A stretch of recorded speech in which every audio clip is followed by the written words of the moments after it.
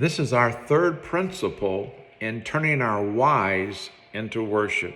We've been meditating on Psalm 77, where the psalmist felt overwhelmed and troubled. And in his anguish, he asked the Lord 6 questions. But then he began to turn and remember the past mercies of the Lord and was comforted.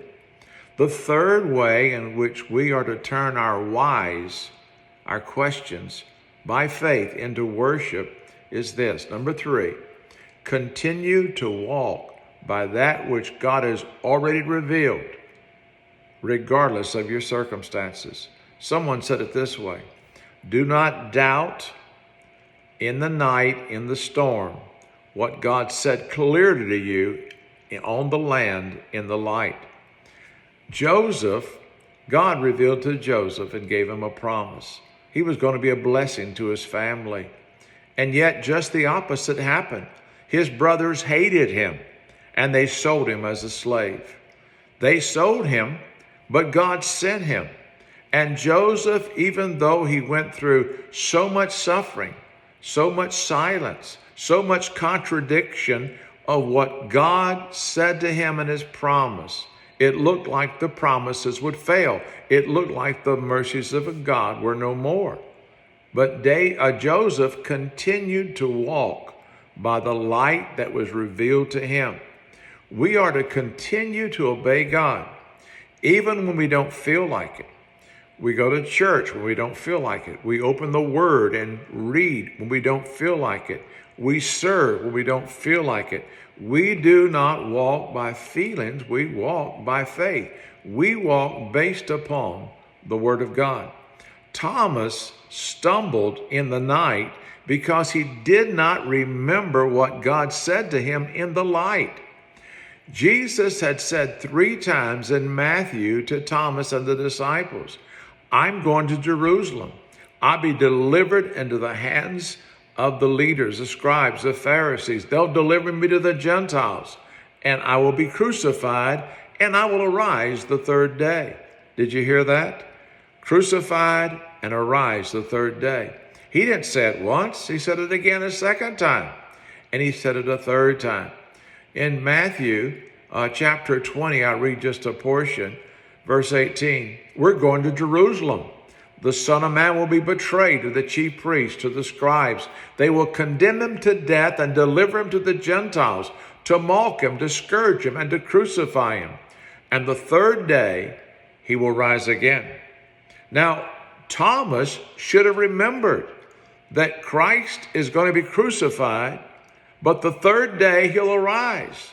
Well, when Jesus is crucified, Thomas is overwhelmed. He's asking why. He's overwhelmed, like Psalm 77. And even when Jesus appears to the other disciples and they tell him, Thomas, Jesus has appeared to us. The Lord is alive. Thomas made this statement: unless I put my finger in his nail prints, unless I put my hand in his side, I saw him die. Unless I see with my eyes, I will not believe. Now, how is he going to turn his whys into worship when he demands to walk by sight and not by faith? Thomas, from the day that Jesus was crucified, should have been rejoicing and saying, why, in 3 days, Jesus will be home.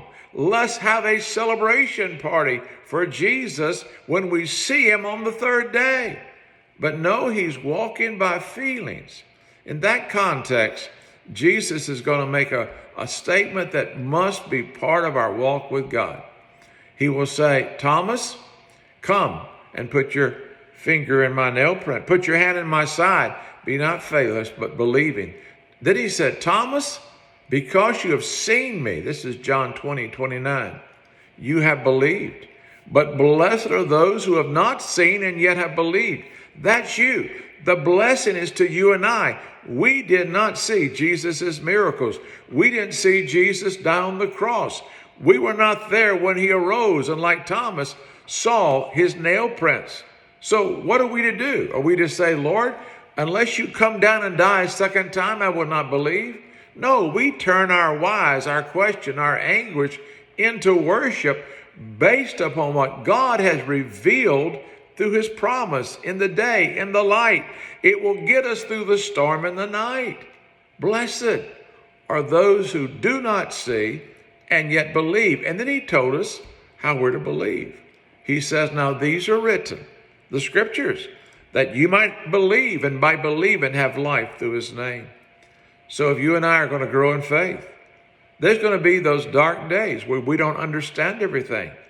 We don't see. We don't feel. But you stand firm in the night and the storm, saying, I know what Jesus said to me in the Word, in the light. I'm going to hold on, for in 3 days, I will embrace the Lord. Have that kind of mindset. Turn your whys into worship.